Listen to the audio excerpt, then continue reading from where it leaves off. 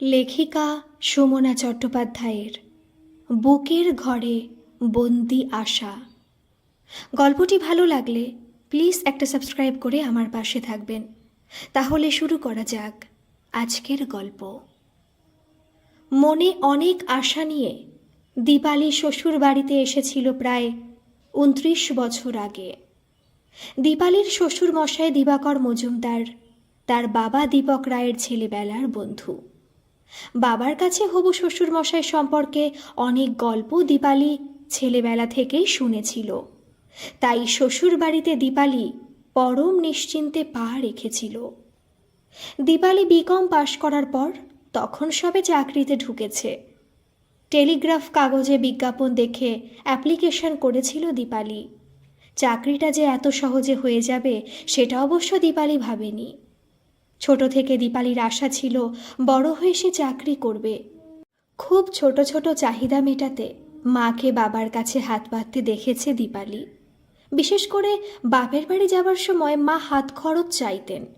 টুকিটাকি মেয়েলি জিনিস অথবা আইসক্রিম, গুড় বাদাম এসব খাবার স্বাদ হলেও মাকে বাবার কাছে হাত পেতে টাকা চাইতে হতো। বাবা গম্ভীরভাবে নাকের কাছে চশমা নামিয়ে মাকে বলতেন, জানোই তো আমি সামান্য স্কুল শিক্ষক, তোমার বাবা দাদার মতো তো আমার চাল কল কম কল নেই, যখন তখন টাকা চাইলে চলবে কি করে। মা এসব শুনে পাংশু মুখে দাঁড়িয়ে থাকতেন। কখনো সখনো হতাশ গলায় বলতেন, থাক তবে। বাবা অবশ্য মাকে পুরোপুরি বিমুখ করতেন না, কিছু মিছু অবশ্যই দিতেন। তবু মায়ের বিবর্ণ মুখখানা দেখে দীপালির কেমন যেন আত্মসম্মানে আঘাত লাগত। তাই বিকম পাশ করতে না করতেই দীপালি চাকরির জন্য উঠে পড়ে লেগেছিল। যদিও দীপালির বাবার ইচ্ছে ছিল দীপালি আরও লেখাপড়া করবে, কম পড়বে। দীপালি চাকরি করবে এটা তার বাবার মোটেও ইচ্ছে ছিল না। আর 5টা মধ্যবিত্ত পরিবারের বাবার মতো দীপালির বাবাও চাইতেন ডাক্তার, ইঞ্জিনিয়ার অথবা কোনো উচ্চপদস্থ সরকারি চাকুরিজীবীর সাথে তিনি তার মেয়ের বিয়ে দেবেন।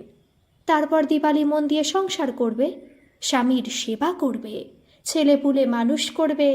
লেখাপড়া, গান বাজনা এসব তো সেজন্যই তিনি মেয়েকে শিখিয়েছেন। খবরের কাগজে পাত্রী চাই বিজ্ঞাপন দেখে দীপালির বাবা মেয়ের জন্য পাত্র খুঁজতে শুরু করলেন। দীপালি মাকে বলেছিল, এইভাবে সম্পূর্ণ অচেনা অজানা একটা বাড়িতে গিয়ে আমি মানিয়ে নিতে পারবো মা। মা বলেছিলেন, এটাই তো আবহমানকাল ধরে চলে আসছে মা। মেয়েরা পরের বাড়িতে যায়, যে বাড়িটা বাড়ির মানুষগুলো তার সম্পূর্ণ অচেনা। এই পর মানুষগুলোকে আপন করে নিয়ে সংসার করতে হয়, এটাই নিয়ম। প্রয়োজনে কত ত্যাগ স্বীকার করতে হয়।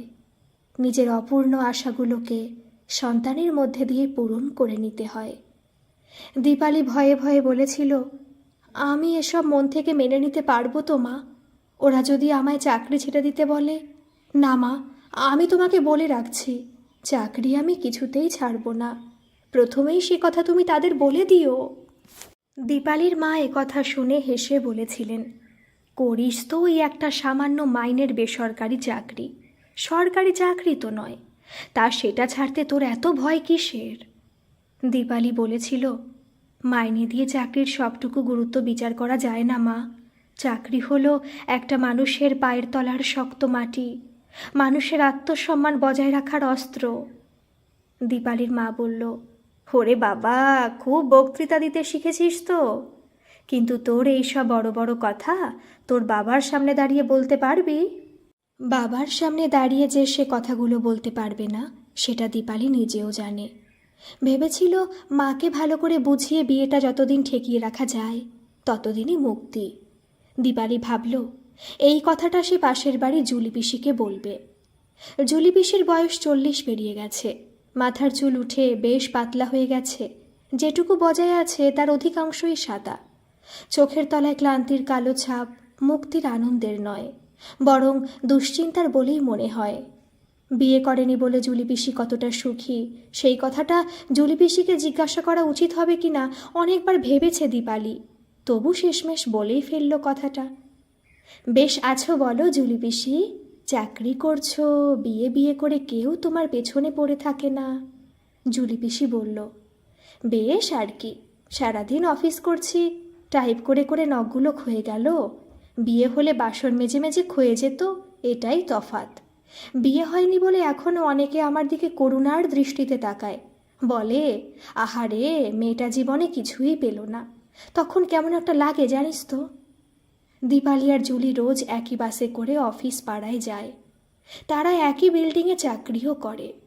দীপালির অফিস 7 তলায় আর জুলি কাজ করে 8 তলায়। স্ট্র্যান্ড রোডে বাস থেকে নেমে খানিকটা রাস্তা হেঁটে যেতে হয়। তখন তাদের অনেক গল্প হয়। একই বাসে গেলেও পাশাপাশি সিট তো আর ভাগ্যে জোটে না। কয়েকটা স্টপেজ বাসের হ্যান্ডেল ধরে ব্যালেন্স রাখতে রাখতে, দুলতে দুলতে আর আশেপাশের লোকদের গালমন্দ খেতে খেতেই যেতে হয় আর কি।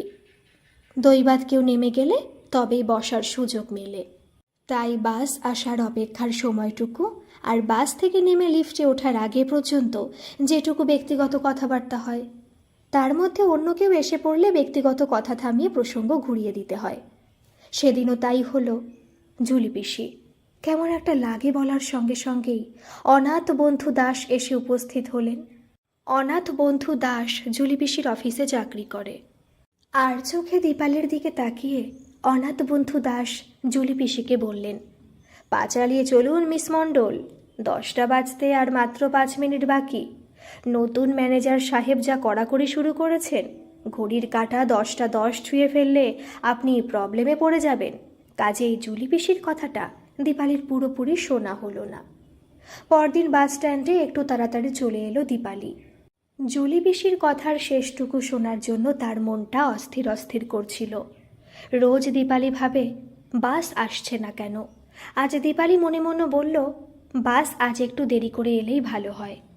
দূর থেকে জুলি পিসিকে আসতে দেখেই ভালো করে নিজের মনে দীপালি প্রশ্নটা গুছিয়ে নিল। জুলি মণ্ডল দীপালির পাশে এসে দাঁড়ালো।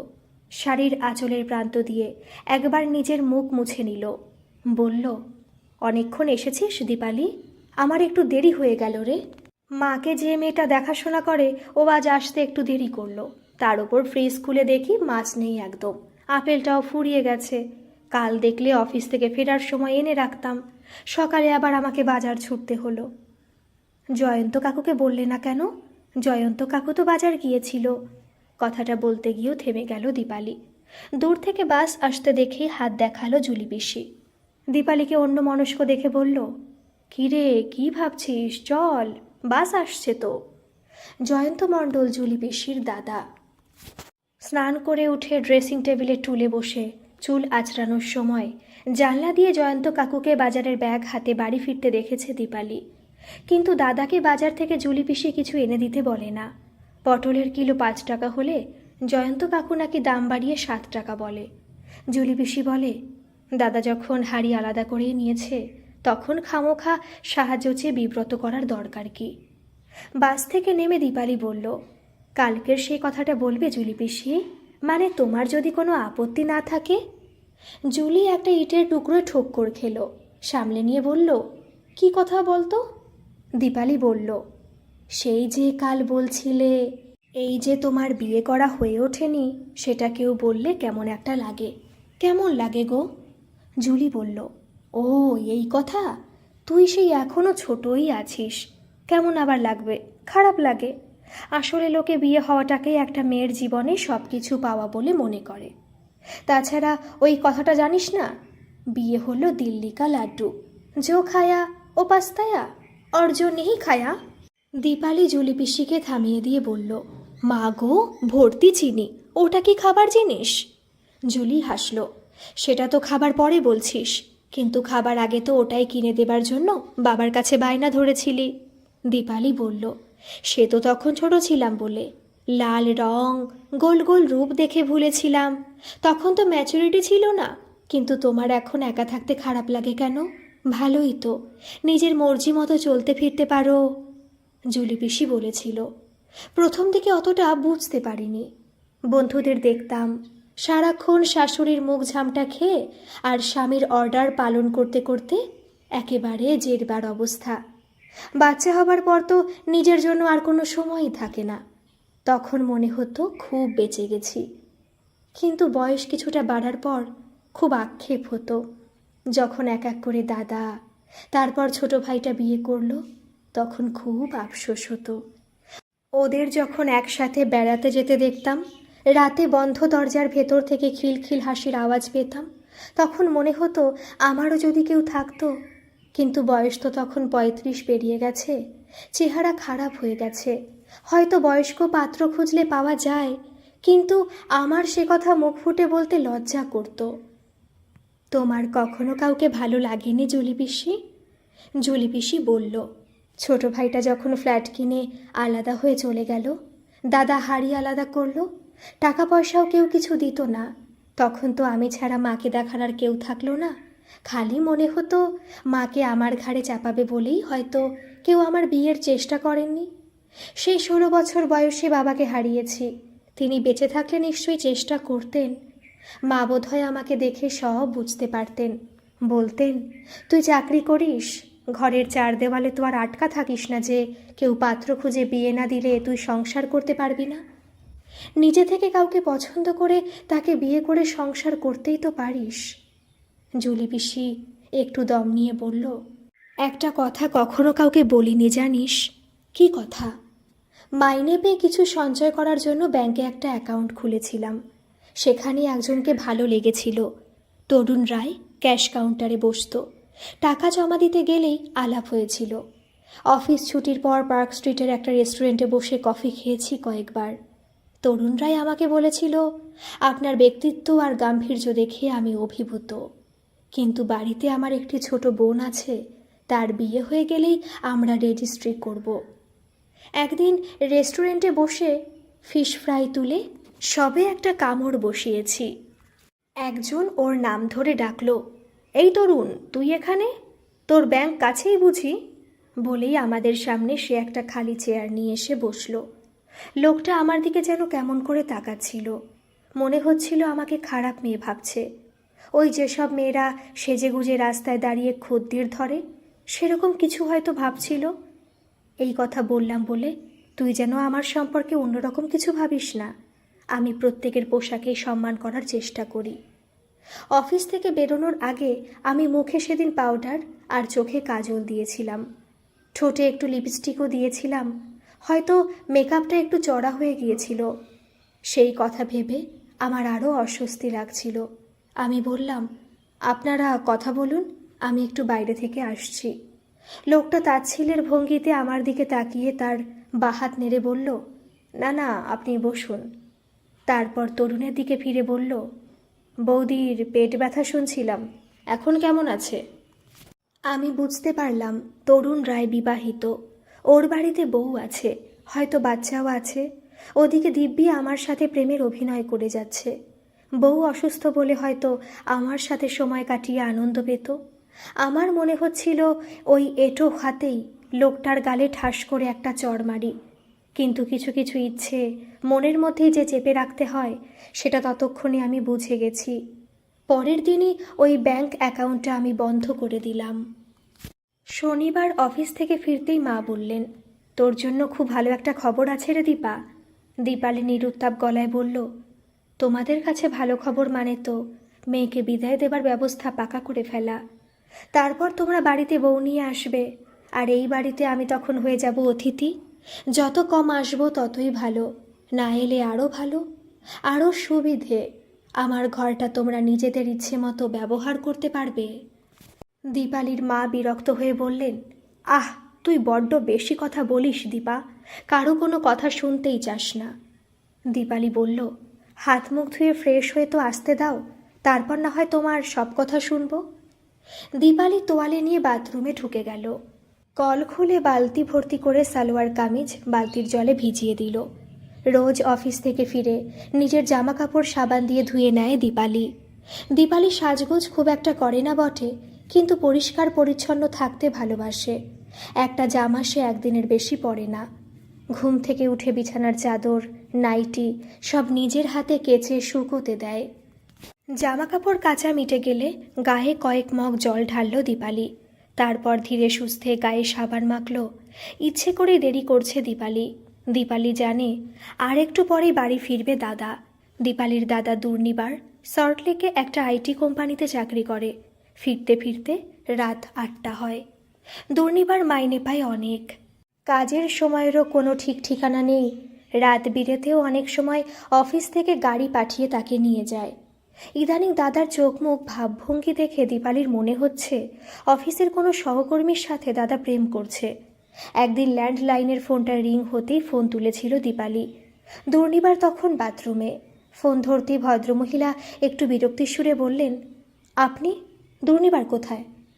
দীপালি সংক্ষিপ্ত উত্তর দিল, বাথরুমে। মহিলা মুখ দিয়ে একটা বিরক্তিসূচক আওয়াজ করলেন। দীপালি একটু থমকালো, তারপর বলল, দাদা বাথরুম থেকে বেরোলে কি কিছু বলতে হবে? মহিলা একটু অপ্রস্তুত হেসে বলেছিলেন, আমি সুনেত্রা, তুমি আমার নাম করে বলবে। এই রে, সো সরি, তুমি বলে ফেললাম। দীপালি বলল, বেশ করেছেন। সুনেত্রা বলেছিল, সো সুইট। তুমি কি দুর্নিবারের বোন দীপালি বলছো? হ্যাঁ। বলে দীপালি ফোন রাখতে যাবে, দেখল দাদা হন্তদন্ত হয়ে আসছে। দাদার দিকে ফিরে দীপালি বলল, ও তোর হয়ে গেছে, তোর ফোন আছে। বলেই আবার দীপালি তাড়াতাড়ি ফোনে মুখ লাগিয়ে বলল, হ্যালো হ্যালো, আপনি শুনতে পাচ্ছেন? কিন্তু সুনেত্রা ততক্ষণে ফোন রেখে দিয়েছে। এমনিতে ফোন বাজলে দুর্নিবারের দেখা পাওয়া যায় না, কিন্তু সেদিন দীপালির হাত থেকে প্রায় ছো মেরে ফোনের রিসিভার কেড়ে নিল দুর্নিবার। বলল, তুই আমাকে দে, আমি ফোন করে কথা বলে নেব। দীপালি মুচকি হেসে বলল, কার সাথে কথা বলবি? কে ফোন করেছিল নামটাই তো জিজ্ঞাসা করলি না, নাকি সে আগের থেকে এখন ফোন করার কথা বলে রেখেছিল? দীপালি দাদার দিকে তাকিয়ে দেখল দুর্নিবার ব্লাশ করছে। তাদের দুই ভাই বোনের গায়ের রং বেশ ফর্সা, তাই সামান্য কারণেই গাল আর কানে গোলাপি ছোঁয়া লাগে। দীপালি বলল, সুনেত্রা দেবীর নামটা তো আমি বলিনি এখনো, তাতেই লজ্জায় লাল হয়ে গেলি? দীপালি ভাবল দাদা এসে দরজায় ধাক্কা না দেওয়া পর্যন্ত সে বাথরুম থেকে বেরোবে না। সাবান মাখা শেষ করে দীপালি মগে করে জল তুলে গায়ে ঢালতে লাগলো। বেশ কয়েক মগ জল গায়ে ঢালার পর দীপালি খেয়াল করল কেউ তার দরজায় ধাক্কা দিচ্ছে না। নিশ্চয়ই ওই সম্বন্ধের ব্যাপারে মায়ের কাছে বসে খুঁটিনাটি সব খবর শুনছে দুর্নিবার। দীপালি একটা দীর্ঘ নিঃশ্বাস ফেলে তোয়ালে দিয়ে গা মুছে নাইটি পরে নিল। অফিস থেকে বেরোনোর আগে চা বিস্কিট খেয়েই বেরিয়েছিল। সুকেশবাবু মুড়ি আনিয়েছিলেন, সেটাও খানিকটা খেয়েছে। বাথরুম থেকে বেরোতেই দাদার মুখোমুখি হলো দীপালি।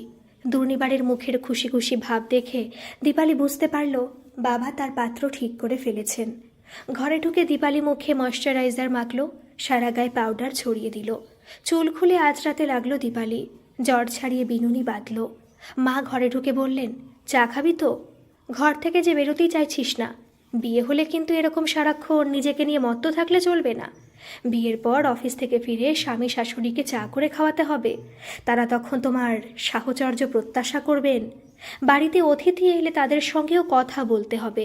সুখে শান্তিতে সংসার করতে চাইলে তোমার এই একল সেরে ভাব পরিত্যাগ করতে হবে।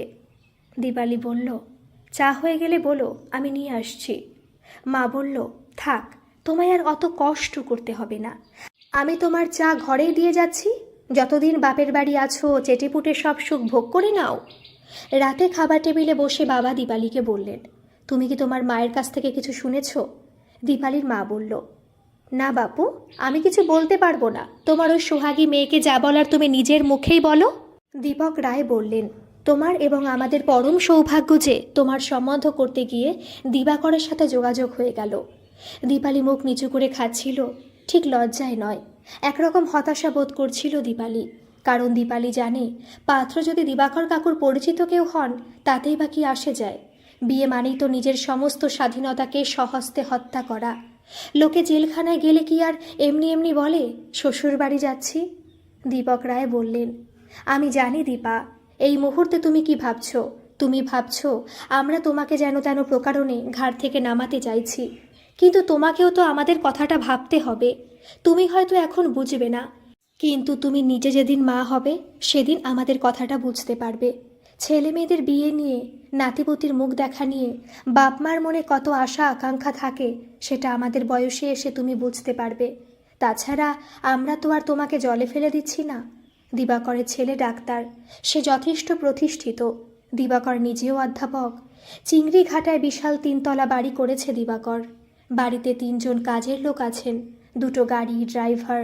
সব মিলিয়ে মোটের ওপর সুখে থাকবে তুমি। যাই হোক, কালকে তোমাকে দিবাকর আর তার স্ত্রী দেখতে আসবেন। অমিতাভ অবশ্য কালই আসছে না। অমিতাভ দিবাকরের একমাত্র সন্তান। ওদের মেয়ে নেই, তাই সেখানে গিয়ে তুমি মেয়ের মতোই থাকবে। তোমার চাকরি করা নিয়েও ওদের কোনো আপত্তি নেই। দীপালি একবার ভাবল, বাবাকে বলে, মেয়ে আর মেয়ের মতো, এই দুটোর মধ্যে বিস্তর ফারাক বাবা। কিন্তু বলল না। বাড়ির বউয়ের চাকরি করার ব্যাপারে তারা সম্মতি দিয়েছেন শুনে দীপালি কিছুটা হলেও নিশ্চিন্ত বোধ করছিল। তাছাড়া একটু আগেই বাবা তাকে তার শখের কথা বলেছেন। মেয়ের বিয়ে নিয়ে বাবার বুকে লালিত স্বপ্নের বিষয়টি দীপালিকে কিছুটা হলেও বিহ্বল করে তুলেছিল। আরও একটা কথা আজ সকালে দীপালি জুলি পিসির কাছ থেকে শুনেছে। অফিসে কাজের ফাঁকে যতবার জুলি পিসির কথাগুলো মনে এসেছে, দীপালি বিব্রত বোধ করেছে। বয়স পেরিয়ে যাবার পর জুলি পিসির বিয়ে করার ইচ্ছে হয়েছিল, আর সেই সুযোগ নিয়ে তরুণ রায় জুলি পিসির সাথে টাইম পাস করার প্ল্যান করেছিল। জগতে তরুণ রায়ের মতো নিকৃষ্ট মনে লোকের অভাব নেই। এরা মেয়েদের খেলার পুতুল মনে করে। আর বিয়ের পর স্বামী কতটা সম্মান দেয় তার বিবাহিতা স্ত্রীকে, কখনো কখনো ইচ্ছের বিরুদ্ধে কি নিজের স্ত্রীকে সে কামনা করে না? ক্লান্ত অথবা অসুস্থ স্ত্রীর ওপর জোর খাটালে কি তাকে ধর্ষণ বলা চলে? গতকাল বাসে দেখা হয়েছিল পিয়ালির সাথে। পিয়ালি বলছিল ওর বর নস্যি নেয়। নস্যির গন্ধে পিয়ালির বমি পায়। বর যখন পিয়ালিকে চুমু খায়, ঘেন্নায়, তখন পিয়ালি চোখ বন্ধ করে কোনো রকমে পড়ে থাকে। প্রতিষ্ঠিত ডাক্তার অমিতাভ মজুমদার হয়তো নস্যি নেন না, কিন্তু মদ্যপান তো করতেই পারেন। মদের গন্ধ দীপালি সহ্য করতে পারে না। বাসে একবার একটা মাতাল দীপালির গা ঘেঁষে দাঁড়িয়েছিল। দীপালির মুখ দিয়ে তখন গো গো করে একটা শব্দ বেরিয়েছিল। বাসের কন্ডাক্টর এবং আরও কয়েকটা লোক ওই মাতালটাকে লাথি মারতে মারতে বাস থেকে নামিয়ে দিয়েছিল। কিন্তু স্বামী মদ খেয়ে ঘরে ঢুকে দীপালির দিকে লোভী চোখে তাকাতেই পারে। তারপর যদি আদর করে, আর সেই আদর দীপালির অত্যাচারের মতো অসহ্য লাগে, সবাই কি তখন দীপালির কথা শুনে হাসবে? হাসতেই পারে। মেয়েদের কথা মানেই তো আগডুম বাগডুম কথা, গুরুত্বহীন এবং অপ্রয়োজনীয়। কাজেই দীপালিকে সেই অনিচ্ছাকৃত মিলনের কথা বুকের গোপন কুঠুরিতে বন্দি করে রাখতে হবে।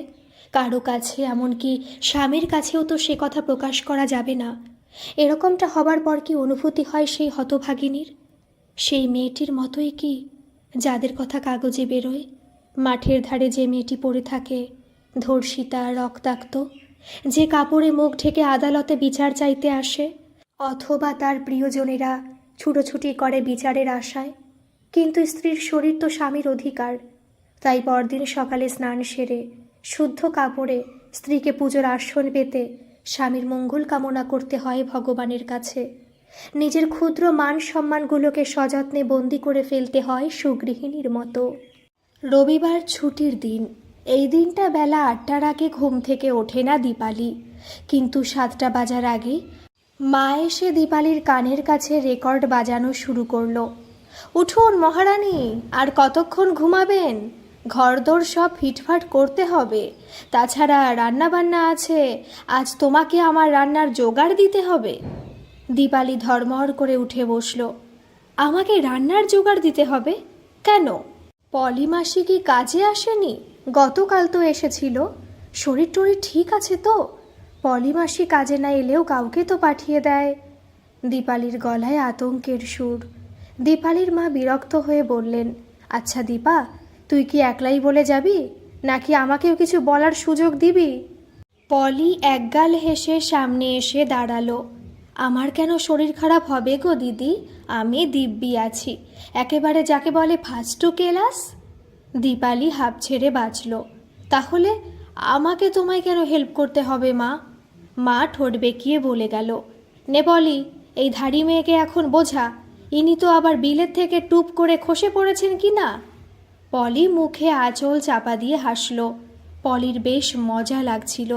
দীপালির দিকে তাকিয়ে পলি চোখ নাচিয়ে বলল, আজ থেকে তোমার কেলাস শুরু হয়ে গেল দিদি। ঘর গোছানোর কেলাস, রান্না শেখার কেলাস। মা বলছিল তোমার বিয়ের আর খুব বেশি দেরি নেই, একটু শিখিয়ে পড়িয়ে না পাঠালে বাপের বাড়ি যে নিন্দে হবে গো। দীপালি গলা নামিয়ে বলল, পলি মাসি, বাবা কি বাজার থেকে ফিরে এসেছেন? পলি বলল, না গো, এখনও তো ফেরেনি। দীপালি আশ্বস্ত হলো। গলা তুলে মাকে শুনিয়ে শুনিয়ে বলল, বাবা যে বলল তাদের বাড়িতে 3 জন কাজের লোক আছেন, সমস্তটাই তাহলে লোক দেখানো? ঝুলি থেকে বেড়াল তাহলে বেরিয়েই পড়ল। বউ নিয়ে যাচ্ছে মানেই হলো তাকে দিয়ে বেশ করে খাটিয়ে নেবে। মা কোনো উচ্চবাচ্য করল না দেখে দীপালি মুষড়ে পড়ল। পলিমাসি বলল, তুমি ঝটপট স্নান সেরে নাও, বিছানার চাদর আমি কেচে দেবক্ষণ। দুহাত ওপরে তুলে আড়মোড়া ভেঙে দীপালি তোয়ালে আর নাইটি নিয়ে বাথরুমে ঢুকে গেল। বাথরুম থেকে বেরিয়ে দীপালি দেখল বাবা বাজার নিয়ে ফিরে এসেছেন। দীপালি পুজো করে ঠাকুরঘর থেকে বেরোতেই কালো জিরে ফোড়ন দিয়ে আলুর তরকারির গন্ধ পেল। মনে মনে বলল, যাক, জলখাবারের জোগাড় হয়ে গেছে। কিন্তু মা তার আশায় জল ঢেলে দিয়ে চেঁচালো, দীপা, ময়দা মেখে ফেলো, তারপর লুচি বেলতে হবে, ভাজতে হবে। দীপকবাবু মন দিয়ে খবরের কাগজ পড়ছিলেন। স্ত্রী চিৎকারে তার ধ্যান ভাঙল। আজকের দিনটা থাক না শ্যামা, মেয়েকে দিয়ে আজ বেশি কিছু করাতে হবে না। আগুনের সামনে তো একেবারেই নয়। মুখে তেল ছিটকে লাগলে বিষয়টা কি ভালো হবে? দীপালি খুশি চেপে গম্ভীর মুখে বলল, বাবা, মা বোধহয় আজ থেকেই আমার ট্রেনিং শুরু করে দিতে চাইছেন। দীপকবাবু মেয়ের কথার উত্তর না দিয়ে স্ত্রীকে উদ্দেশ্য করে বললেন, এতদিন যখন গায়ে হাওয়া লাগিয়ে থেকেছ, তখন আজই এত তাড়াহুড়ো করে মেয়েকে কিছু শেখানোর প্রয়োজন নেই শ্যামা। নাক ফুলিয়ে কোমরে আঁচল জড়িয়ে রান্নাঘর থেকে বেরিয়ে এলেন দীপালির মা। আমি গায়ে হাওয়া লাগিয়ে থেকেছি নাকি তোমার মেয়ে চালাকি করে পড়ার অজুহাত দেখিয়ে রান্নাবান্নার কাছ থেকে দূরে সরে থেকেছে? তুমিও তো মেয়েকে কোনো দিন শাসন করনি, আর সব দোষ এখন আমার হয়ে গেল, তাই না? দীপক বাবু বেগতিক দেখে বললেন, ঠিক আছে ঠিক আছে, এখন এসব কথা থাক। বলেই বউয়ের মন রাখতে বললেন, আমার বন্ধুকে তোমার হাতের সেই ফেভারিট মাছের কচুরি আর মাংসের সিঙাড়া তৈরি করে খাওয়াবে তো শ্যামা? আমি কিন্তু দিবাকে একরকম কথা দিয়ে ফেলেছি। আর পুদিনা পাতার শরবতটাও করো কিন্তু।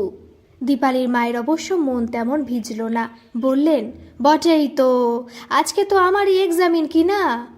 বিকেল হতে দীপালির মা বললেন, আয় দীপা, আমি তোর মাথাটা বেঁধে দিই।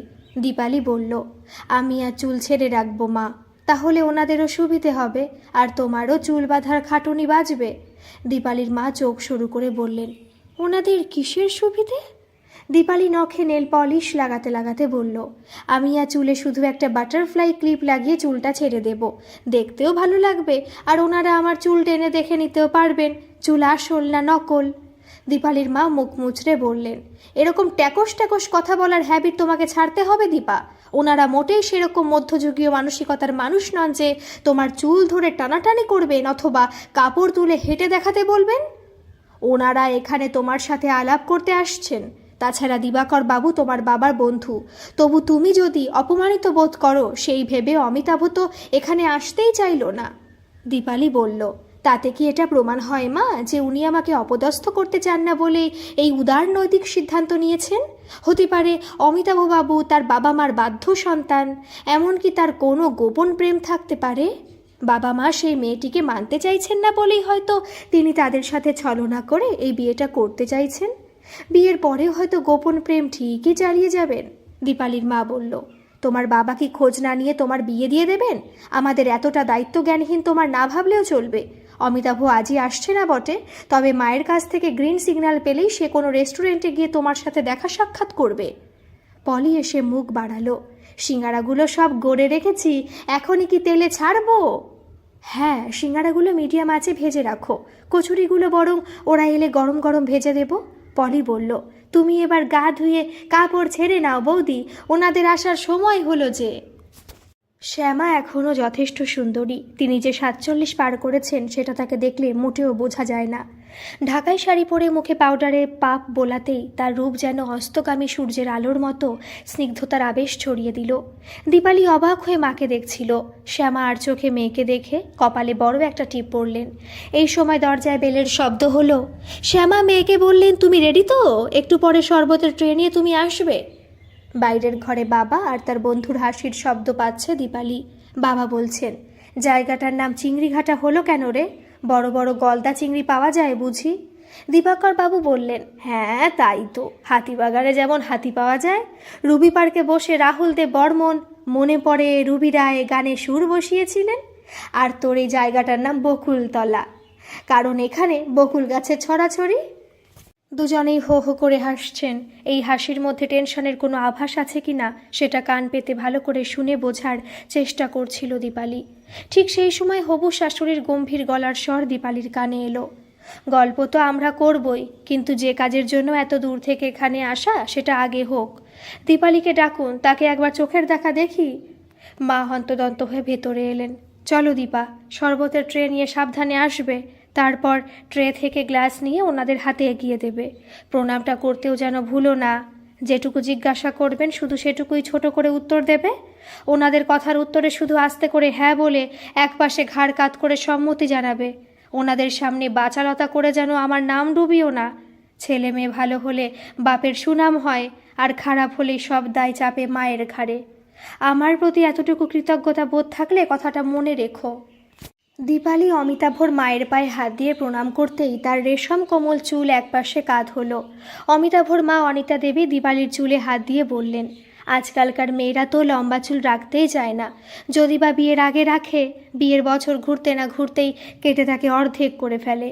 আমি কিন্তু বাপু এমন অনাথ সৃষ্টিকাণ্ড কিছুতেই মানব না। দীপালি মায়ের নির্দেশ মতো মৃদু হেসে হ্যাঁ বলে একপাশে ঘাড় কাত করলো। তারপর আর চোখে মায়ের দিকে তাকালো, যেন বলতে চাইল, কেমন প্রোগ্রেসিভ অমিতাভবাবুর মা, শেষমেশ চুলে হাত দিয়ে পরখ করলেন তো। আমার কথাটাই তাহলে মিলে গেল তো। কিন্তু মায়ের মুখের দিকে তাকাতেই তার শ্লেষ মাখানো চোখ দুটি বেদনায় কোমল হলো। মায়ের মুখ দেখে খুব মায়া হচ্ছিল দীপালির। দীপালির মনে হচ্ছিল সকালে মা বোধ হয় কথাটা এমনি এমনি বলেনি, আজ যেন সত্যি মায়ের এক্সামিন। আর এক্সামিনার হলেন অনিতা দেবী। মেয়েকে কতটা তিনি মাথা নিচু করে সহ্য করতে শিখিয়েছেন, আজ যেন সেই পরীক্ষার মহড়া হয়ে গেল। অফিস যাবার পথে যথারীতি দেখা হলো জুলি পিসির সাথে। দীপালি বাস স্ট্যান্ডে এসে দাঁড়াতেই জুলি পিসি বলল, কাল তোকে দেখতে এসেছিল বুঝি? দীপালি একটু অপ্রতিভ হয়ে হেসে বলল, হ্যাঁ, বাবার বন্ধু এবং তার স্ত্রী এসেছিলেন। জুলি পিসির চোখে কৌতূহলে ঝিকিমিকি আলো। ছেলে এলো না? দীপালি বলল, বাস এসে গেছে জুলি পিসি। জুলি পিসির চোখের কোণে ভোরবেলার শুকিয়ে আসা শিশির। বাস এখনও যথেষ্ট তফাতে আছে, তুই বলতে না চাইলে থাক। দীপালি জুলি পিসির হাত ধরল। অবশ্যই বলবো, বাস থেকে নেমে বলবো। জুলি পিসি ঠোঁটে খুশির আবহাওয়া, বলল, আচ্ছা চল। বাস থেকে নেমে দীপালি বলল, অমিতাভ মজুমদার বিখ্যাত গাইনোকোলজিস্ট, উনি রেস্টুরেন্টে আমার সাথে দেখা করতে চান। জুলি পিসি খুব খুশি। বাহ, মেয়ে দেখতে আসার চিরন্তন অমানবিক প্রথার বিনাশ ঘটাতে এই রকম উদার মনের মানুষেরই তো দরকার। দীপালি হাসল। এইটুকুতেই সব বুঝে গেলে জুলি পিসি? জুলি পিসি বলল, আমি জানি রে দীপা, আমি খুব বোকা।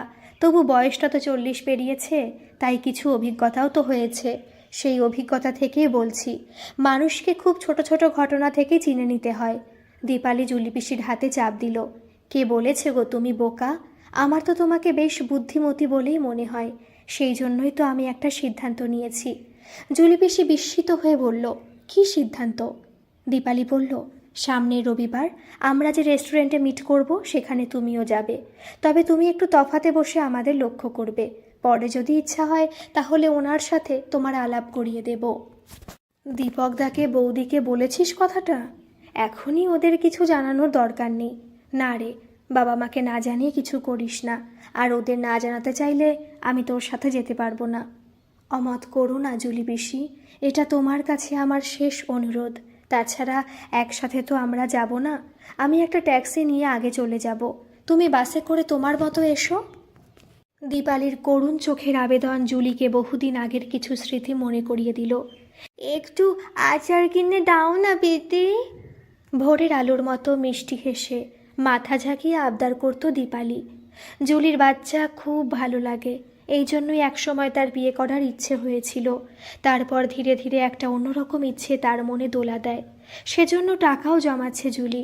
এখন তার সময়ের খুব অভাব, কিন্তু রিটায়ার করার পর যখন অখণ্ড অবসর পাবে তখন ছোট একটা অনাথ আশ্রম খুলবে জুলি। একটা, দুটো, তিনটে, চারটে, যতগুলো খুশি ততগুলো বাচ্চাকে এনে রাখবে তার সেই আনন্দ আশ্রমে। কে জানে শেষমেশ এই আশাটাও ভগবান পূর্ণ করবেন কিনা। এই আশা নিয়ে ভগবানের কাছে নিজের সুস্থ জীবন এবং দীর্ঘায়ু কামনা করে জুলি রোজ ঠাকুরকে জল দেয়। দীপালি বলল, কী গো জুলি পিসি, তুমি রাজি তো? জুলি পিসি সম্মতি প্রকাশ করল। ঠিক আছে সোনা, আমি যাব। এরে বাছুরের মতো তোর এইসব বায়না অমিতাভবাবু সহ্য করবেন কি না সেটাও তো দেখে আসা দরকার। ঠিক পরের রবিবার বিকেল 5টা 5 রেস্টুরেন্টে মুখোমুখি বসে আছে দীপালি আর অমিতাভ। দূর থেকে জুলি পিসি ওদের লক্ষ্য করছে। অমিতাভ মজুমদার 5 মিনিট আগেই এসে গিয়েছিলেন।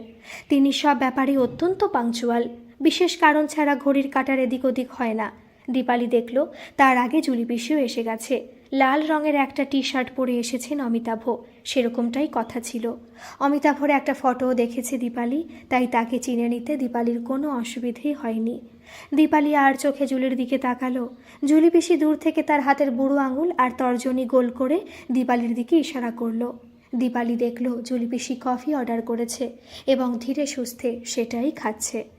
অমিতাভ বলল, বসুন ম্যাডাম, বিয়ে হোক বা না হোক আজ থেকে আমরা ভীষণ ভালো বন্ধু তো হতেই পারি। দীপালি বলল, সেটাও 1 মিনিট দেখে কেউ সিদ্ধান্ত নিতে পারে না। অমিতাভ হাসল। অথচ 5 মিনিট একটা মেয়ে মাথা নিচু করে বসলে শুধুমাত্র তার গায়ের রং এবং এইরকম আরও কিছু তুচ্ছ বিষয়ের ওপর ভিত্তি করে লোকে সারা জীবন একসাথে পথ চলার সিদ্ধান্ত নিয়ে ফেলে এবং আশ্চর্যজনকভাবে সেটা টিকিয়েও রাখে। সুখী দম্পতির সংখ্যার তো অভাব নেই। দীপালি গম্ভীরভাবে বলল, আপনি কি পরিসংখ্যান দিয়ে সব কিছু বিচার করেন? একজন দম্পতি ডিভোর্সের সিদ্ধান্ত নেয়নি মানেই কি তারা যথেষ্ট সুখী? আপনি বয়সের তুলনায় যথেষ্ট ম্যাচিওর দীপালি। এরকম ম্যাচিওর মেয়েই আমার পছন্দ। আমার মনে হয় একজন ব্যস্ত ডাক্তারের জন্য আপনার মতো মেয়েই পারফেক্ট। এবার বলুন আমাকে আপনার কেমন লেগেছে? আমি এত তাড়াতাড়ি কোনো সিদ্ধান্ত নিতে পারি না। রেস্টুরেন্টের ওয়েটার সামনে এসে দাঁড়াতেই অমিতাভ বলল, বসুন। কফি খাবেন তো? সঙ্গে কি মোগলাই পরোটা আর কষা মাংস খাবেন? না না, আমি এখন আইসক্রিম ছাড়া আর কিছুই খাবো না। বেশ, তাহলে তাই হোক। সে কি, আপনার যদি এখন মোগলাই পরোটা আর মাংস খেতে ইচ্ছে করে তাহলে অর্ডার করতেই পারেন। অমিতাভ হাত নেড়ে ওয়েটারকে চলে যেতে বলল। ওকে, তাহলে 2টো চকলেট আইসক্রিম দিন। ওয়েটার চলে যেতেই দীপালি বলল, আপনার একটা জিনিস আমার ভালো লেগেছে। কি? আপনি বোধহয় নিজের কোনো ইচ্ছে অন্যের ওপর চাপিয়ে দেন না। যেমন এই মুহূর্তে আপনি আমার আইসক্রিম খাবার সিদ্ধান্তকে সম্মান জানালেন, কিন্তু আপনার নিজের যে এখন কফি খেতে ইচ্ছে করছিল, নিজের সেই ইচ্ছেটাকে আপনি দমন করলেন। আমি চাই কেউ তার ইচ্ছের দ্বারা আমাকে পরিচালিত করুক। এটা কিছুক্ষণের জন্য ভালো লাগে অমিতাভ বাবু, সারা জীবন এভাবে চলা যায় না। অন্যের ইচ্ছায় চলতে চলতে আপনার নিজেরই একদিন নিজেকে শোষিত বলে মনে হবে। কি করে বুঝলে দীপালি? অমিতাভ গাঢ় স্বরে বলল, বাবাকে দেখেছি মায়ের কথা সারা জীবন অক্ষরে অক্ষরে পালন করতে। কই, আমার তো বাবাকে এক মুহূর্তের জন্য অসুখী মনে হয়নি। বাবা সকালে লুচি তরকারি খেতে ভালোবাসেন, কিন্তু মা বলেন ওটা অস্বাস্থ্যকর হবে, খালি পেটে ভাজাভুজি খাওয়া মোটেই উচিত নয়। তাই বাবা সারা জীবন ডিম পোচ, স্যান্ডউইচ, শসা, টক দই এসব খেয়েই কাটিয়ে দিলেন। বাবা বলেন, তোর মা এরকম ধরে বেঁধে রেখেছেন বলেই আমি সুস্থ আছি রে। দীপালির মনে পড়ছিল আগের রবিবারের কথা। সিঙ্গারায় কামড় বসিয়ে দিবাকরবাবু আহা বলতেই হাহা করে উঠেছিলেন অনিতা দেবী। তুমি কি এখন এসব তেল জবজবে খাবারগুলো খাবে নাকি? দীপালির মা শ্যামা আমতা আমতা করে বলেছিল, টিস্যু পেপার দিয়ে সমস্ত বাড়তি তেল মুছে ফেলেছি দিদি। অনিতা দেবী ঠোঁট উল্টে বলেছিলেন, তেল তো ওর মধ্যে ঢুকে আছে, একটার বেশি সিঙ্গারা খেও না যেন। দীপালি দেখেছিল স্ত্রীর কথা শুনে দিবাকর বাবুর মুখ যেন রক্তশূন্য দেখাচ্ছিল। একটু পরে বাথরুম গিয়েছিলেন দিবাকর বাবু, সঙ্গে তার বন্ধু দীপক বাবুও ছিল। ফিসফিস করে দিবাকর বাবু বলেছিলেন, মহিলা অত্যন্ত টেটিয়া, সেদ্ধ পক্ক ছাড়া মোটে কিছু খেতে দেয় না। তবে উনি যদি ডালে ডালে চলেন, আমি চলি পাতায় পাতায়, ঠিক সুযোগ বুঝে আমি দোকান থেকে খেয়ে আসি। নিজের মনের আশা কেন অপূর্ণ রাখবো বলতো? তুই কয়েকটা সিঙ্গারার কচুরি নিয়ে ছাদে আয়, বৌঠান এত চমৎকার বানিয়েছেন, আজ ছাদে দাঁড়িয়ে ঝটপট ওগুলোর সৎকার করব।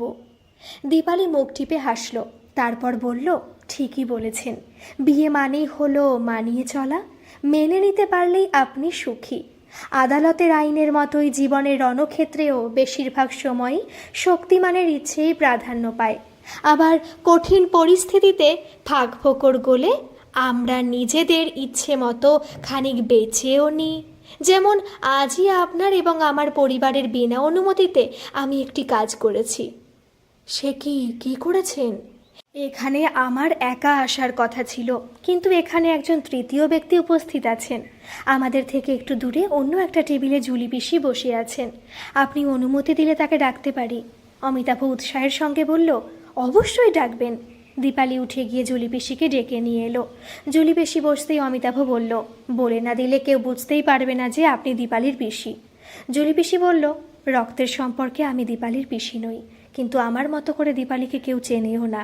তাই আপনাকে একটা কথা বলি ডাক্তারবাবু, কোনো পরিস্থিতিতেই আপনি ওকে চাকরি ছাড়তে বলবেন না। ও নিজে ইনকাম করবে, এটাই খুব ছোট থেকে ওর স্বপ্ন। আমি চাকরি ছাড়তে বলার কে? ইনফ্যাক্ট আমরা কেউই ওকে চাকরি ছেড়ে দিতে বলতে পারি না। কারো ব্যক্তি স্বাধীনতায় হস্তক্ষেপ করার বিষয়টি আমার মোটেও পছন্দ নয়।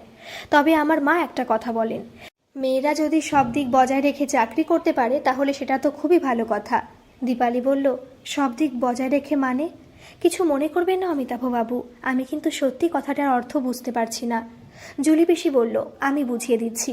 সংসারে সন্তানের প্রতি মেয়েদের অনেক দায়িত্ব কর্তব্য থাকে, সকলের খেয়াল রাখতে হয়, সময় দিতে হয়। অমিতাভ বলল, এক্স্যাক্টলি। দীপালি আত্মবিশ্বাসের সঙ্গে বলল, ও আচ্ছা, নো প্রবলেম। অমিতাভ বলল, চলুন এবার ওঠা যাক, আপনাদের বাড়ি পর্যন্ত এগিয়ে দিয়ে আসি। দীপালি বলল, না না, মমিনপুর অবধি এগিয়ে দিলেই হবে। গাড়ির কাছে এসে দীপালি পেছনে দরজা খুলতে যেতেই অমিতাভ বলল, আপনি সামনে বসুন ম্যাডাম, আপনারা দুজন পিছনের সিটে বসলে লোকে আমাকে ড্রাইভার ভেবে বসবে। দীপালি অমিতাভর পাশে এসে বসল। আপনি যেন এসি চালাবেন না অমিতাভ, আমি জানলার কাচ নামিয়ে দেব, বাইরে বেশ সুন্দর হাওয়া দিচ্ছে। পেছনে বসে জুলি দেখল ফুরফুরে হাওয়ায় দীপালির চুল এলোমেলো উঠছে, মাঝে মাঝে অকারণ এলোমেলো হেসেও উঠছে দীপালি। কিন্তু অমিতাভর একটা কথা কাটার মতো জুলি পিসির বুকে বিঁধে আছে। অমিতাভর মার একটাই ছোট্ট দাবি, সংসারে সব দিক দীপালিকে বজায় রাখতে হবে। কিন্তু জুলি জানে সংসারে সকলের খেয়াল রাখতে গিয়ে নিজের ছোট ছোট আশা আকাঙ্ক্ষাগুলোকে কিভাবে বন্দি করে ফেলতে হয়। সংসারে ত্যাগ করাই যে মেয়ে মানুষের ধর্ম। কিন্তু এসব কথা এখন দীপালিকে বলা যাবে না। সব সময় সব কথা যে অতি বড় প্রিয়জনকেও খোলসা করে বলতে নেই। কথার মার প্যাচে বুদ্ধি করে যে কথাটা লুকিয়ে ফেলেছেন অমিতাভ, তাকে প্রকাশ করলে বিড়ম্বনা বাড়বে বই কমবে না। বিয়ের পর শ্বশুর বাড়ি এসে দীপালি দেখল সেখানে সব এলাহি ব্যাপার। এত বড় বাড়িতে যে তার বিয়ে হবে দীপালি সে কথা কস্মিন কালে ভাবেনি। এত সোনাদানা, তার সাথে হিরে, চুনি, পান্না বসানো নেকলেস, মাথায় ছোট্ট সোনার মুকুট পরে দীপালি যখন সিংহাসনে বসল তখন তাকে সত্যি রানীর মতো দেখাচ্ছিল। তবু দীপালি যেন কিছুতেই শান্তি পাচ্ছিল না। তার কেবলই নিজেকে সোনার শিকল পরা বন্দি টিয়া পাখির মতো মনে হচ্ছিল। শ্যামা অনিতা দেবীকে আড়ালে ডেকে বললেন, আমার মেয়েটা গরম মাছ ভাজা খেতে খুব ভালোবাসে, তরকারি করলে মোটে খেতে চায় না। কথাটা আপনাকে আগে বলা হয়নি দিদি। অনিতা দেবী ঠোঁট বেঁকিয়ে বললেন, এসব তুচ্ছ ছোটোখাটো বিষয় আমি খেয়াল রাখি না ভাই, আপনি নিজেই বরং আপনার মেয়েকে বলবেন কথাটা রান্নার ঠাকুরকে বলে দিতে। আমার হার্ট খুব দুর্বল কিনা, তাই এত ঝক্কি আমি সইতে পারি না। অনিতা দেবীর দাদা এগিয়ে এসে বললেন, আমার বোনের হার্ট খুবই দুর্বল, তাই আমরা দেখে শুনে দিবাকরের মতো একটি শান্তশিষ্ট ছেলের সঙ্গে তার বিয়ে দিয়েছিলাম। এই বাড়ি আমার বাবা নিজে করে দিয়ে গেছেন। এত বৈভব যা কিছু দেখছেন সবই মূলত আমার বাবার টাকাতেই। মেয়েকে ভালো করে বুঝিয়ে দেবেন, সে যেন কখনো শাশুড়ির মুখের ওপর কথা না বলে। আমি হাইকোর্টে প্র্যাকটিস করি, বোনের কিছু হয়ে গেলে আমি ছেড়ে কথাটি বলবো না। শ্যামা হতবুদ্ধি হয়ে গেলেন। টাকা পয়সার ভালো ছেলে দেখে মেয়ের যে বিয়ে ঠিক করে ফেললেন সেটা যে মোটেও উচিত হয়নি তা তিনি বুঝতে পারলেন। দীপালি নিজের শর্তে বাঁচতে ভালোবাসে, ব্যক্তিগত ব্যাপারে কোনো ইন্টারফিয়ারেন্স সে মোটেই মানতে পারে না। কিন্তু দীপালি এখানে কতটা স্বাধীনভাবে থাকতে পারবে সে বিষয়ে শ্যামার ঘোরতর সন্দেহ হচ্ছিল।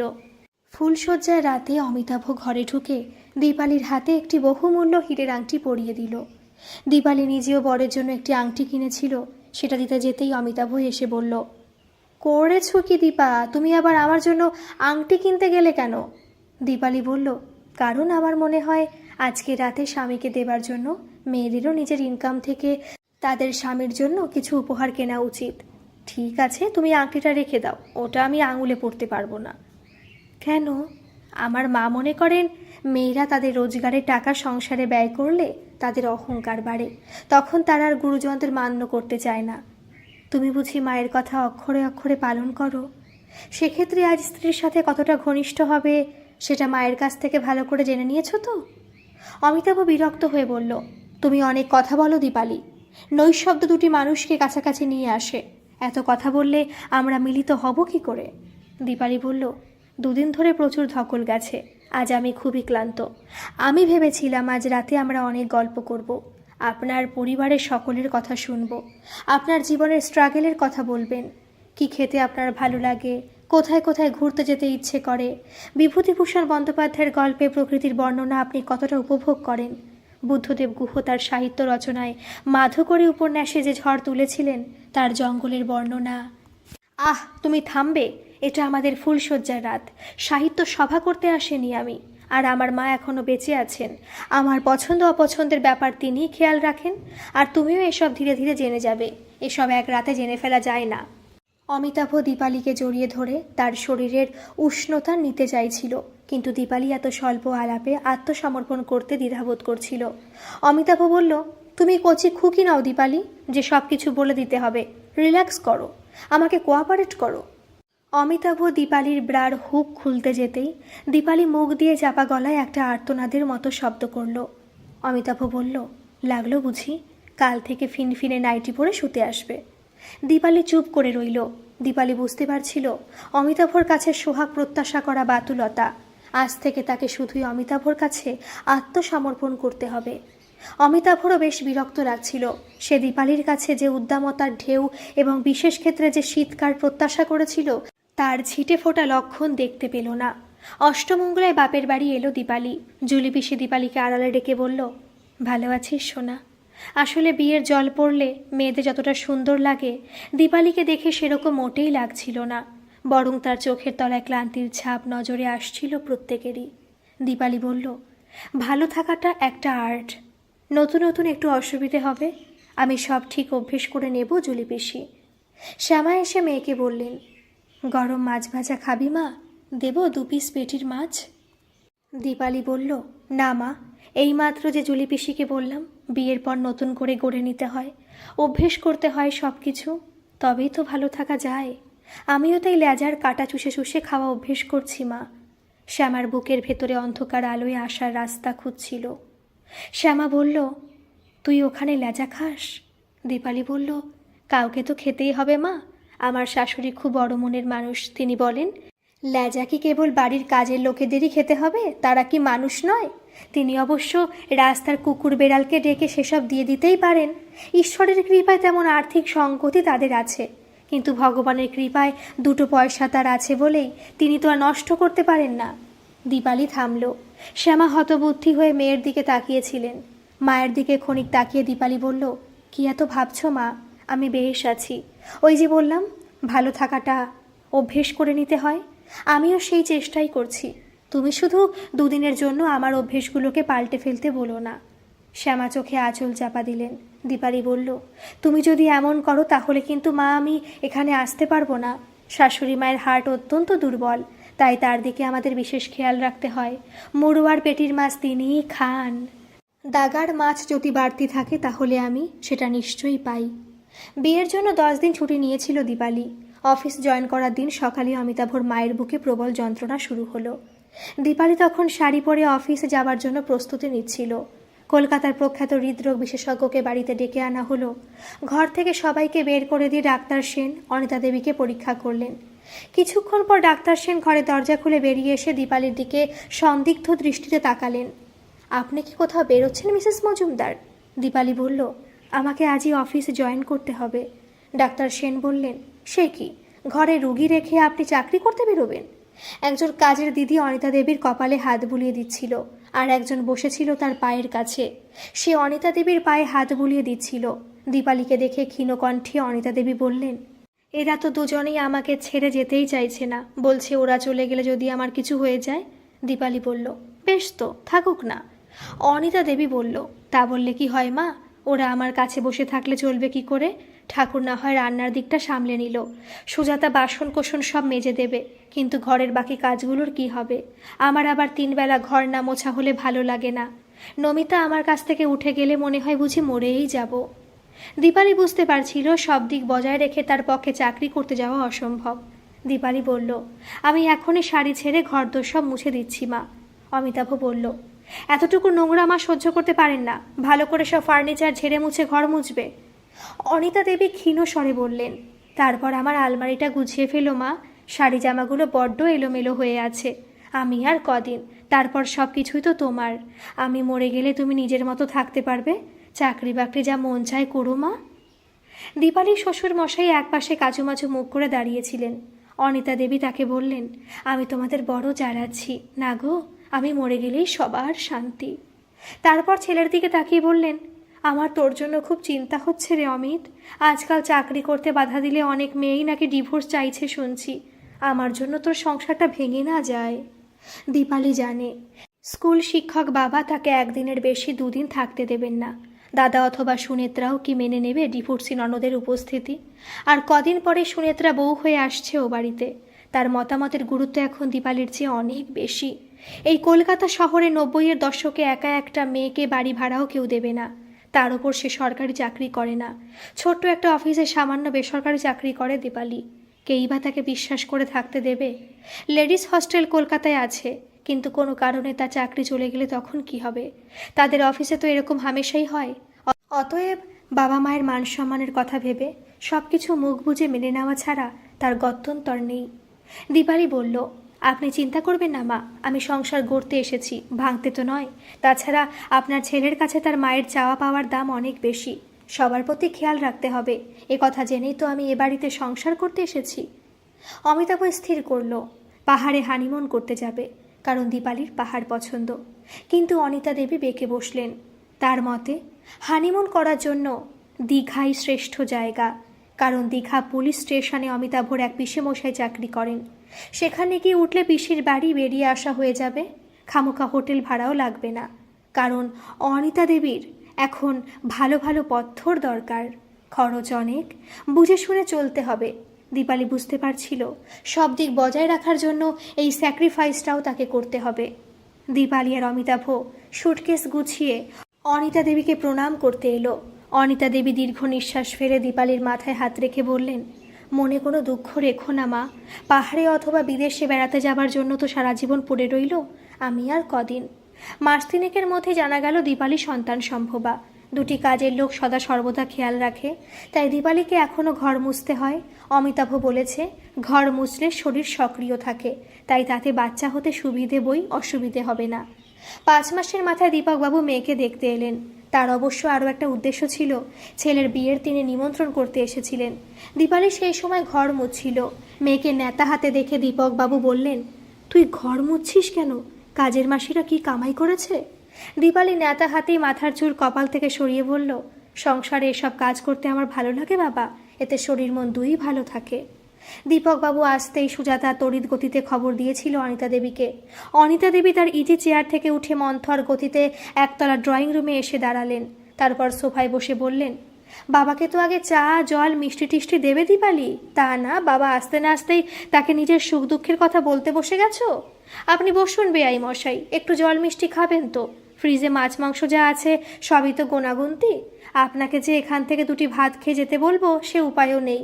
আপনি কুটুম্ব মানুষ, ডাটা চচ্চড়ি দিয়ে তো আর আপনাকে ভাত বেড়ে দিতে পারি না।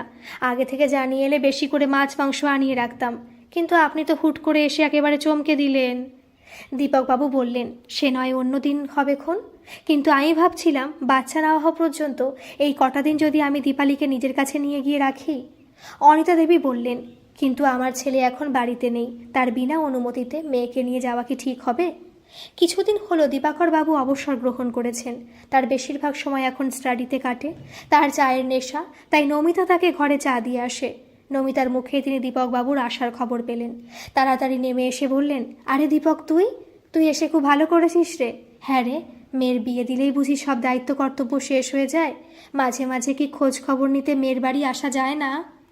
হ্যাঁ রে দিবা, আমিও সে কথাই ভাবছিলাম, কটা দিন মেয়েটাকে নিজের কাছে নিয়ে গিয়ে রাখবো।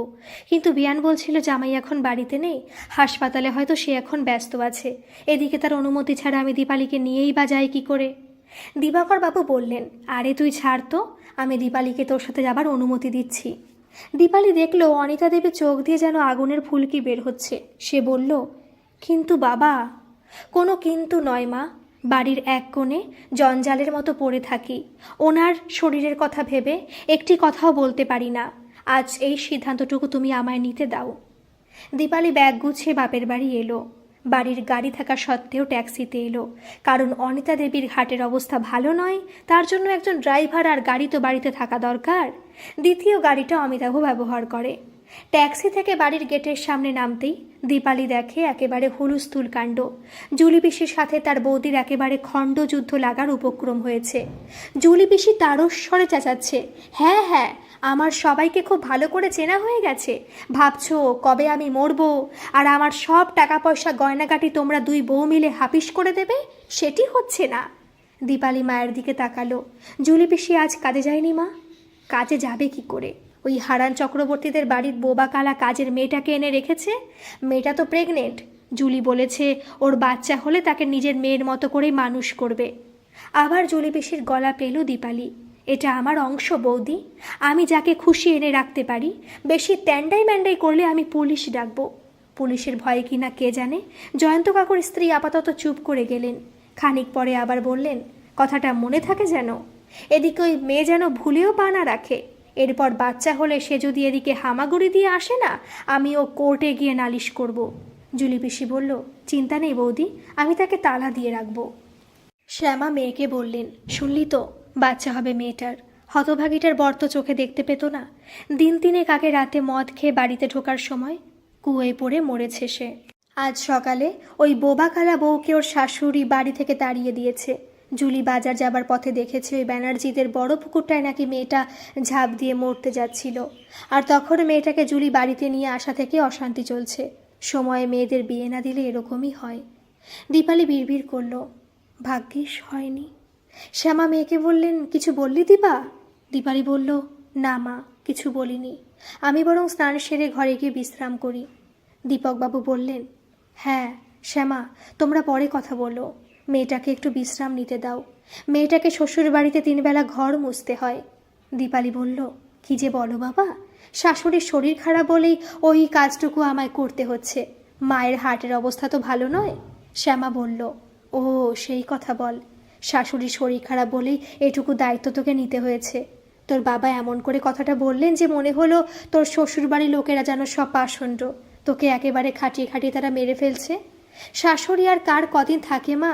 তিনি চলে গেলেই তুমি সেখানে রাজত্ব করতে পারবে। দীপালি মায়ের দিকে অবাক হয়ে তাকালো।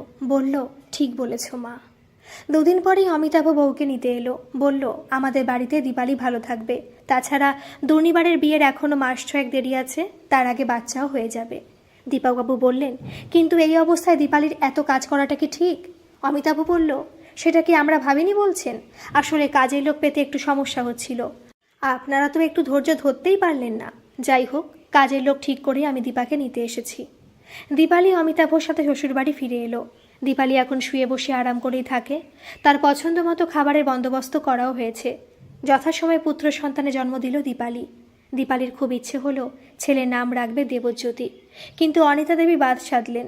ছেলের নাম তার বাপের সাথে মিলিয়ে অ দিয়ে রাখতে হবে মা। অনিন্দ নামটা বেশ সুন্দর। এত সুন্দর দেখতে হয়েছে আমার অমিতের ছেলে। দীপালি একবার ভাবলো শাশুড়িকে বলে, আপনার ছেলের নাম তার বাবার সাথে মিলিয়ে দ দিয়ে তো রাখেননি মা। আমি তো ভেবেছিলাম আপনি যেমন নিজের নামের সাথে আদ্য অক্ষর মিলিয়ে আপনার ছেলের নাম রেখেছেন, আমিও তেমন তার মায়ের সাথে মিলিয়ে আমার ছেলের নাম দেবজ্যোতি রাখব। কিন্তু দীপালি মুখ ফুটে কিছু বলার আগেই অনিতা দেবী বললেন, আমি মার 2 দিন বই তো নয়। তারপরেই বংশে যত ছেলেপুলে হবে তাদের নাম তোমার ইচ্ছে মতো রেখো। দীপালি চুপ করে গেল। চুপ করে থাকাই যে তার ভবিতব্য, সেই কথাটা বুঝে গেছে দীপালি। দাদার বিয়েতে এসে দীপালি দেখল জুলি পিসি কোলে মেয়ে নিয়ে ঘুরছে। বোবাকালা মেয়েটি জুলি পিসির হাতে মেয়েকে দিয়ে বেশ নিশ্চিন্ত। জুলি পিসির স্বাদ এতদিনে যেন ভগবান পূর্ণ করেছে। দীপালি দীর্ঘ নিঃশ্বাস ফেলল। ভগবান যে কবে তার পানে মুখ তুলে চাইবেন, কবে সে শাশুড়ির মুখের ওপর বলতে পারবে কথাটা, আপনি আর কদিন মা, আমাকে এবার একটু নিজের মতো খোলা হাওয়ায় নিঃশ্বাস নিতে দিন। বাপের বাড়ি আর সেভাবে আসা হয় না দীপালির। পাছে জুলি পিসির সেই আদরিনীর সঙ্গে মেলামেশা করে ছেলে বকে যায়, সেই ভয়ে কাটা হয়ে থাকে অমিতাভ। দিন মাস পেরিয়ে বছর ঘোরে, মা বাবা সবাই একে একে চলে গেলেন। শ্বশুর মশাইও চলে গেছেন তারার দেশে। অনিন্দ ডাক্তারি পাশ করে গেছে। আয়নায় নিজেকে দেখছে দীপালি। গালের পাশে চামড়া কুঁচকে গিয়ে ঝুলে পড়েছে। অনিতা দেবী এখন একটু আস্তে হাঁটেন। তার হাঁটুর জোর অনেক কমে গেছে। একদিন ছেলে বউ নাতিকে ডেকে বললেন, আমি হয়তো আর মাত্র 2 দিন, এবার তোমরা আমার নাতিবাবুর বিয়ের ব্যবস্থা করবে তো? অনিন্দ লাজুক হেসে বলল, আমি নিজেই একজনকে কথা দিয়ে রেখেছি ঠাম্মা। দীপালি বলল, সে কি রে? তাকে বাড়িতে নিয়ে আয় একদিন, আমাদের সাথে আলাপ করিয়ে দে। কি করে সে? কি নাম? অনিন্দ মাথা নিচু করে বলল, সেও আমার মতোই ডাক্তার মা, নাম যুথিকা। তোমার মনে হয় খুব একটা অপরিচিত সে নয়। দীপালির কপালে ভাঁজ পড়ে। কি বলছে তার ছেলে? যুথিকা? যুথি নামটা যেন ভীষণ চেনা। দীপালি বলল, কি বলতে চাইছিস? অনিন্দ বলল, সে তোমার জুলি পিসির মেয়ে মা, হয়তো আমার চেয়েও সে নাম করা ডাক্তার হবে একদিন। অমিতাভ চেঁচিয়ে উঠল, না না অনি, এটা কিছুতেই হতে পারে না। একটা নামগোত্রহীন মেয়ে এ বাড়ির বউ হয়ে আসবে, এ আমি কিছুতেই হতে দেব না। অনিতা দেবী বললেন, সে কি তোমার বাপের বাড়ির পিসির আশ্রিত সেই বোবা হাবার মেয়ে? সে কি করে এ বাড়ির বউ হবে? এমনিতে আমার হার্টের অবস্থা ভালো নয়, তার মধ্যে এসব অনাচার দেখলে আমি তো একদিনও বাঁচব না। দীপালি শাশুড়ির মুখের কথা কেড়ে নিয়ে বলল, আমিও তো সে কথাই বলছি মা। আপনি আর কদিন আছেন? খামোখা আপনার জন্য আমার ছেলেটাকে আপনি মিথ্যেবাদী করে দেবেন? সে যে যুথিকাকে কথা দিয়ে ফেলেছে। আর তোমাকেও একটা কথা বলি অমিতাভ, মানুষের পরিচয় হয় তার কর্মে, বংশ মর্যাদায় নয়। বলেই ছেলেকে বললেন, তুই চিন্তা করিস না অনি, যুথিকা এ বাড়িতে বউ হয়ে আসবে। যুথিকাকে অনেক দিন দেখেনি দীপালি, দেখা হয়নি জুলি পিসির সাথেও। অমিতাভ ছেলের মুখ চেয়ে কোনো রকমের তেতো গেলার মতো মুখ করে বিয়েতে মত দিয়েছে। অনিতা দেবী শয্যা নিয়েছেন, হাঁটা চলা একরকম বন্ধ। জুলি পিসির বাড়ি গিয়ে দীপালি শুনল, যুথিকা জন্মদাত্রী মা অনেকদিন আগে গত হয়েছেন। দীপালি বলল, মেয়ের বিয়ের পর তুমি মেয়ের কাছে থাকবে জুলি পিসি?